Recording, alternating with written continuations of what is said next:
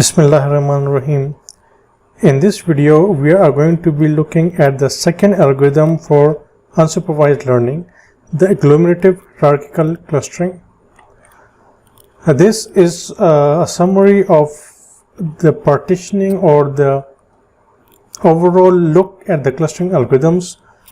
In the last lecture, we looked at the K-means algorithm, which is an example of a partitioning approach. And within that partitioning, it was a centroid based because the K-means. So the means here is about the centroid. Today we are going to be looking at a hierarchical clustering, and in particular we are going to be looking at the agglomerative hierarchical clustering approach. As opposed to the partitioning algorithm, in which we had the entire data and then we partition it into different clusters, in the hierarchical approach, we use every single data point, we assume it's a different cluster, and then we build the cluster based on merging individual data points. That's the difference between the hierarchical and the partitioning approach. So, in the hierarchical clustering, every data point is taken individually, and the clusters are formed from the ground up. Each data point is considered a cluster. Successive data points are merged at each step until all data points are merged or the desired number of cluster is reached. So we look at it with the help of this diagram. So suppose we have these are the individual elements. So my data set consists of 1, 2, 3, 4, 5, 6, 7 data points. So in total there are 7 data points in this data set. So what I'm going to do is I will merge this dog and this cat again based on some assumption or some similarity or some distance in a very similar way that we looked at in the K-means algorithm. So the similarity or distance measure will be some metric, but assuming that every single element is a different cluster, so 7 data points, it also means we have at this point 7 clusters. So all these are clusters at the very beginning. So based on some matching, maybe some distance, maybe some similarity, we say that maybe dog and cats are similar. So we group them together and we label it as animals with spine. So at this point, so this no longer exists. This is my new cluster. Now instead of 7 data points and 7 clusters, we are left with we still have 7 data points, but now we have 6 clusters. So this has been merged and it's a combination of these two. So dogs and cats, they are both inside this cluster. So now I have one cluster, second cluster, sorry, this one is not a cluster, third, fourth, fifth and sixth. So these are the 6 clusters that we have. And then I can merge apple and rose to form, so I merge this into another cluster and I merge these two. So these no longer exist and this is my cluster. Now I have 1, 2, 3 and 4. So there are 4 clusters. And I am going to continue this until I reach this point in which there is only one cluster. Everything belongs to this cluster, or I can stop. So in fact there are 2 ways. I can either build the entire tree, and then if I want 2 cluster, I am going to cut the tree here. So this is one cluster, one large cluster. And this is the second large cluster, plants and animals. If I want more, then I can cut at a lower level. So depending on the number of clusters I want, I can cut the tree at the appropriate level. So the question is, how do we build these trees? Because the initial data points were 7, these all individual were data points. How did we end up with this tree? That's the main issue. To understand that, let's look at the algorithm, and the algorithm is very simple. The algorithm simply says initialize each example in a singleton cluster. What this means is every data point in itself is considered as a cluster. So if I take a look at this data set, let's look at this example. We have this data set, so 1, 2, 3, 4, 5, 6. So there are 6 data points here.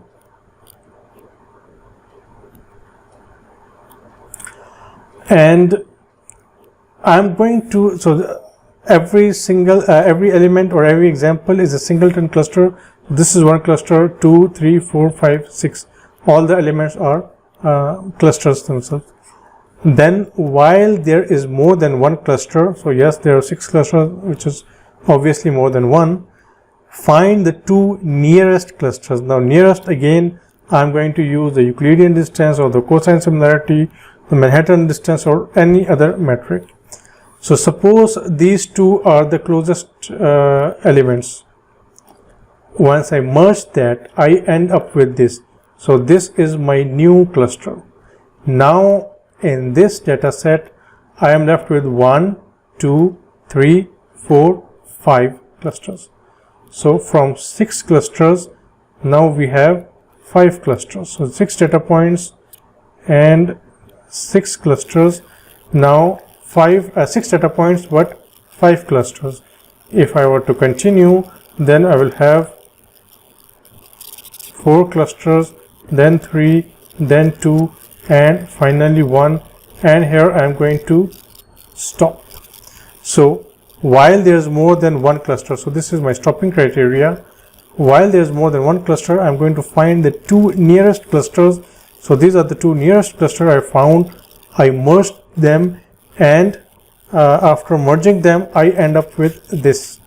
Now I'm going to continue doing this. So for the next time, I need to find the 2 nearest clusters. Here is where we have different variations of the agglomerative hierarchical clustering algorithm. Why? Because when I had 6 data points, if someone asked me what's the distance between this and this, I can simply calculate the Euclidean distance. This is again a Euclidean distance, this is Euclidean distance, this is Euclidean distance. However, when I have this as a cluster, so this is a single unit. When someone asks me what's the distance between this and this, so I'm not bringing that arrow to one of these points, I am keeping it to the entire cluster. So this is my cluster. What's the distance between this point and this clusters? Now this cluster has 2 points inside it. How do I calculate the distance between this point and this entire cluster, which consists of 2 data points? I can do that using the single linkage, the complete linkage, the average linkage, or the centroid. There are others as well. I have just included 4 here. The single linkage says that you are going to look at the minimum distance. So what this means is that to calculate the distance between this data point, let me call it di. So between di and this cluster, I am going to look at di, and let's call this one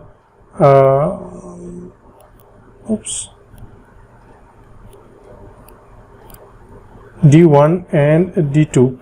So I'm going to look at the distance between di and d1, and then di and d2, and I'm going to select the lower of the two. This is what this minimum means, and this is saying that x belongs to the first cluster and y belongs to the second cluster, and I'm going to look at all the possible combinations and then take the minimum value as the distance between this cluster.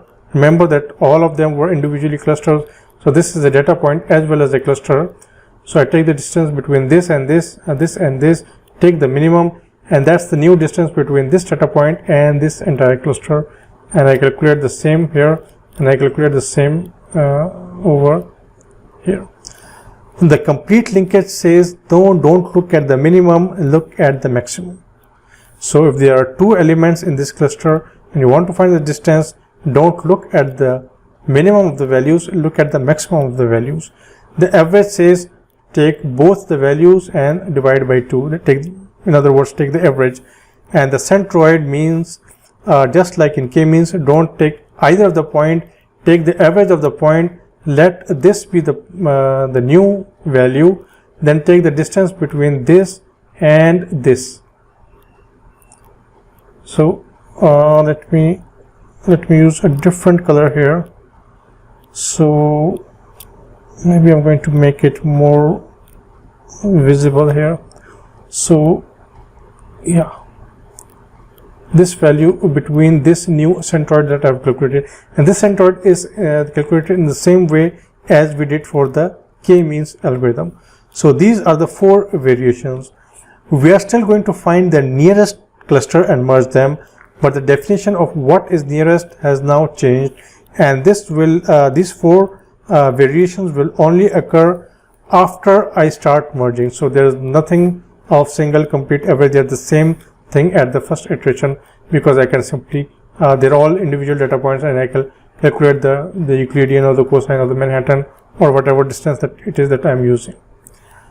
So with this, let's go on and look at how each of them works, and then look at an example and see how the algorithm actually runs.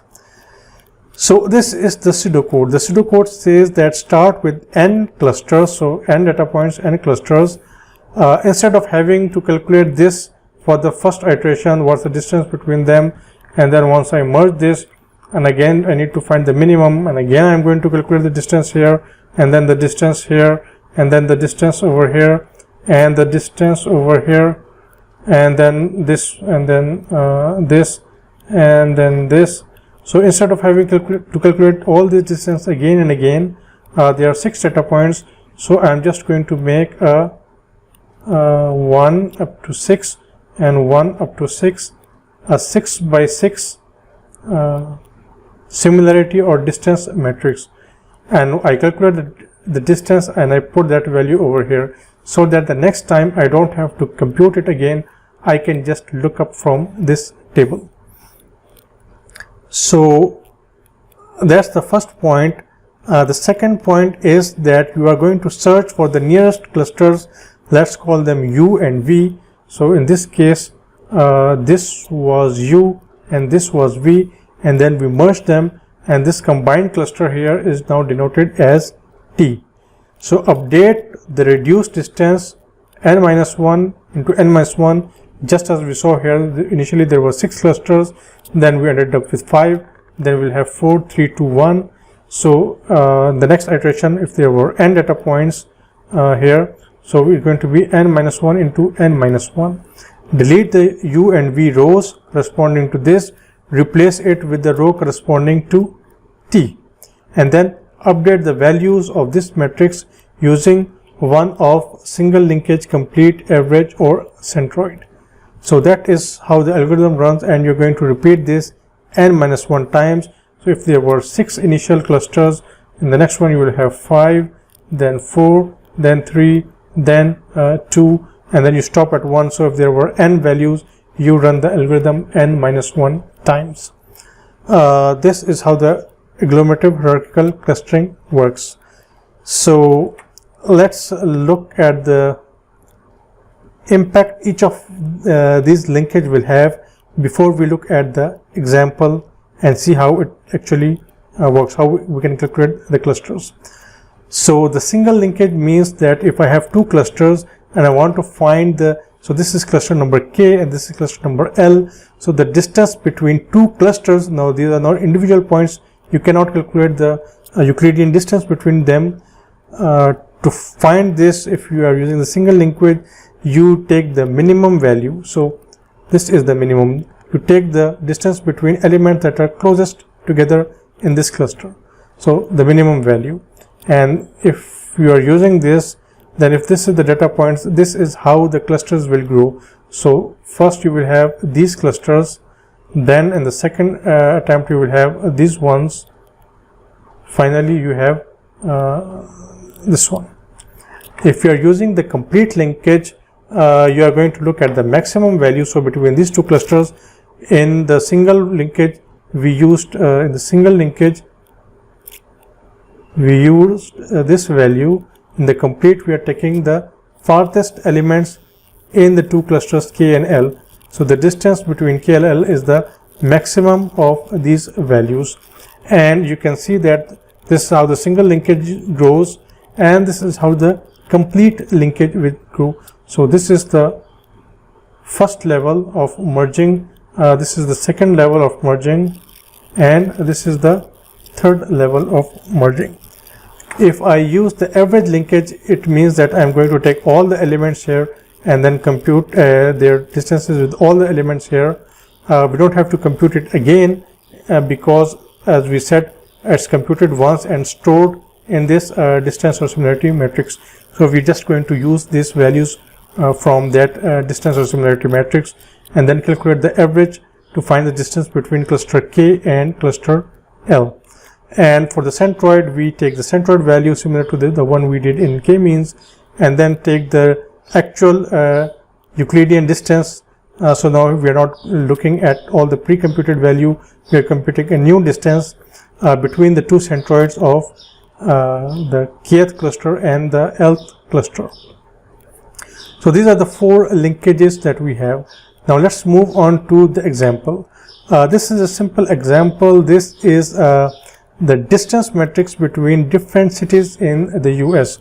So we have Boston, New York, Washington DC, we have Miami, we have Chicago, we have Seattle, San Francisco, Los Angeles, and Denver. So these are the different cities, and we are calculated what I refer to as the distance matrix. So whenever we need the distance, instead of calculating, we are just going to refer to this table. So let's go to our algorithm. Let's recall the first thing we need to do, find the smallest value. So what's the smallest value we have? Obviously this is trivial, 0 and 0. We can't merge Boston and Boston because they are one and the same thing. So we're not talking about this entire diagonal value. We're not talking about that. Let's look at a small value, the smallest value apart from this diagonal. And I think that value is this 206. So the distance between Boston and New York, this is the smallest value. So we are going to merge these two values. So Boston and New York, before they were independent, there was one column for Boston, one column for New York, one row for Boston, and one row for New York. Delete both the columns, delete both the rows, replace it with a new row and new column, which is called Boston/New York. And the question about if I combine Boston and New York, what's the distance between DC and Boston and New York combined? So if I'm combining these two, what it essentially means is I need to pick one of these two distance as the distance between DC and this combined cluster. And here's where the linkage come from. If I use a single linkage, I'm going to use a smaller value. If I use the complete linkage, I'm going to use the larger value. If I have to use the average, I'm going to take the average of the two. And if I want the centroid, I actually need the coordinates of Boston and New York to find the midpoint and the coordinate of DC, and then calculate the actual distance. I cannot do that from this distance matrix. I need the actual coordinates to do that. So since I'm using the single linkage, it means I am going to choose this 233 because it's the smallest of the two. So this is shown here. The distance between DC and Boston, New York combined is 223. I have chosen this value. Now I'm going to look at the second smallest value.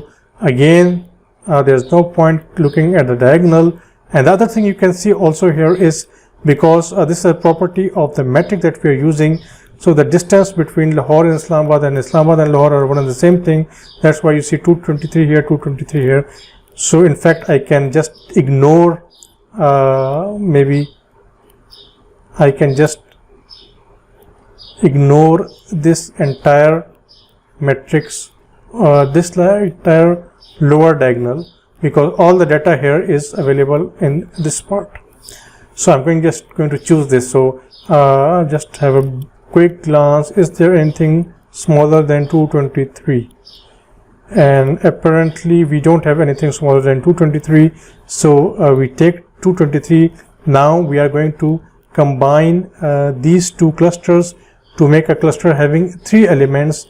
So we are going to add DC here, which becomes this, and then single linkage, the distance, for instance, of Miami and this is, so this was 1308 and 1075. This is the smaller one. We are going to choose 1075, and the same goes for all the other values as well. It's not just Miami. For instance, in Chicago we had 802 and 671. The smaller one is 671, so we are going to keep 671, which you see over here. So, and you can also see that the size is reducing. First it was n, then n minus 1, then n minus 2, and it's gradually reducing because we are merging all the clusters. Next we are going to look at the next smallest value, and I think again we can ignore this part, the lower triangle, and look here. So we have 671. Is there anything low smaller than 671? And yes, we found something. This is smaller than 671. It means that Los Angeles is going to be merged with San Francisco. So this is going to form another cluster. So we're going to merge this, and we end up with this. So we have one cluster over here and one cluster over here, and the rest are still a singleton cluster, means they are elements, single elements within the cluster. Again, we are going to look at the smallest value, and I think the smallest value is 671. So Chicago is going to merge with Boston, New York, and DC. We see it over here, and then look for the smallest value, which is 808. It means that San Francisco, LA is going to merge with Seattle.